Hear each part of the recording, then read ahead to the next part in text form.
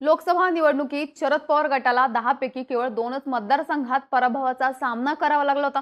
पण या 2 पराभवांमध्ये चर्चा झाली ती साताऱ्यातल्या पराभवाची.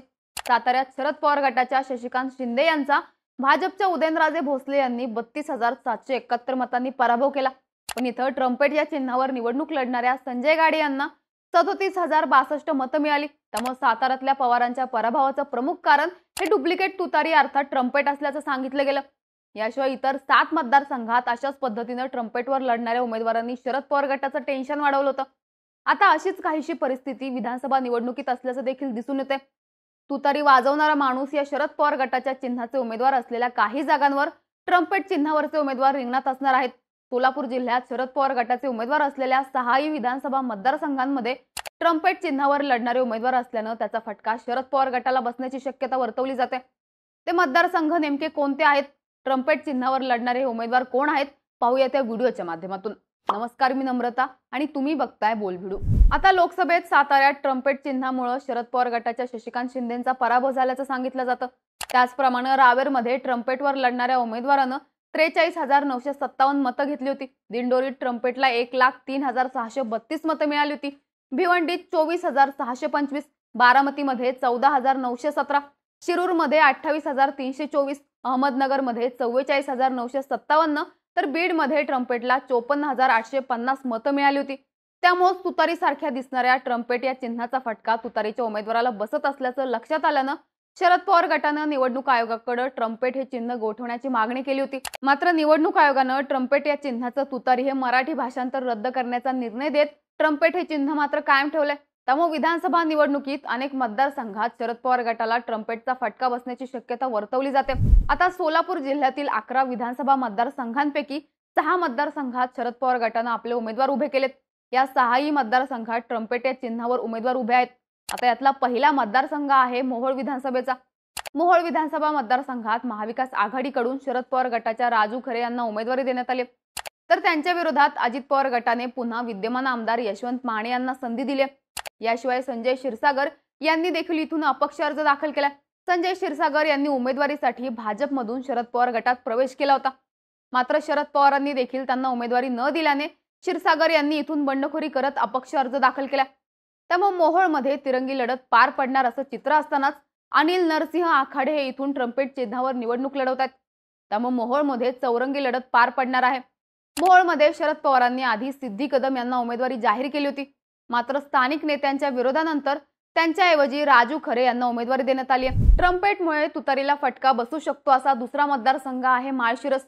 माळशिरस विधानसभा मतदारसंघातून शरद पवार गटाकडून उत्तम जानकर यांना तिकीट देण्यात आलं.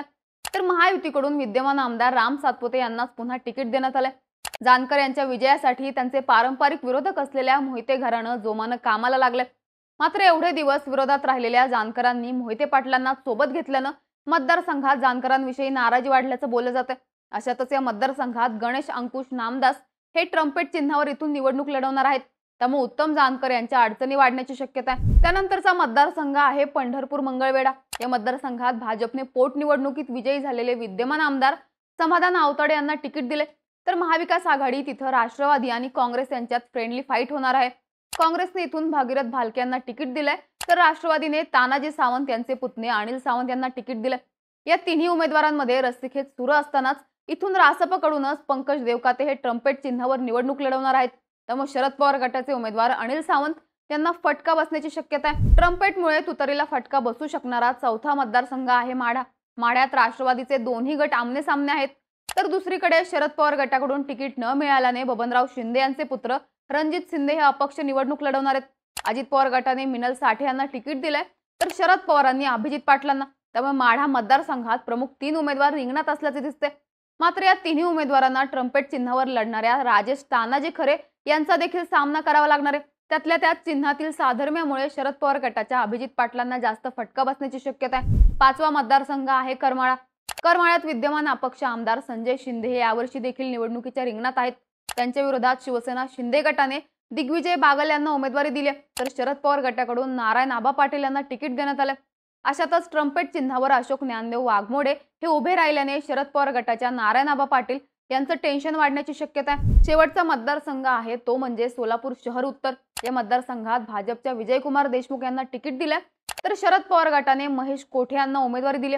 या व्यतिरिक्त भाजपकडून इच्छुक असलेल्या शोभा बनशेट्टी यांना भाजपने तिकीट न दिल्याने त्यांनी देखील बंडखोरी करत अपक्ष अर्ज दाखल केला। त्यामुळे सोलापूर शहर उत्तर मध्ये 3 प्रमुख उमेदवार मैदानात आहेत। अशातच जुबेर सलीम पटेल हे इथून ट्रम्पेट चिन्हावर निवडणूक लढवणार आहेत। जुबेर पटेल यांच्यामुळे अर्थातच शरद पवार गटाच्या महेश कोठे यांच्या अडचणी वाढण्याची शक्यता आहे। एकूणच या 6ही मतदारसंघांपैकी 4 मतदारसंघात आधीच 3 उमेदवार रिंगणात आहेत, तर 2 मतदारसंघात 2 प्रमुख उमेदवार रिंगणात आहेत। अशातच आता तुतारीसारख्या दिसणाऱ्या ट्रम्पेट या चिन्हावर लढणाऱ्या उमेदवारांमुळे शरद पवार गटाच्या अडचणी वाढताना दिसतात। तुम्हाला याबद्दल काय वाटतं? लोकसभेप्रमाणे विधानसभेला देखील शरद पवार गटाला ट्रम्पेटचा फटका बसेल का? तुमची मतं आम्हाला कमेंट्समध्ये नक्की सांगा आणि यासारख्या व्हिडिओजसाठी बोल भिडूच्या YouTube चॅनलला सबस्क्राईब करायला विसरू नका।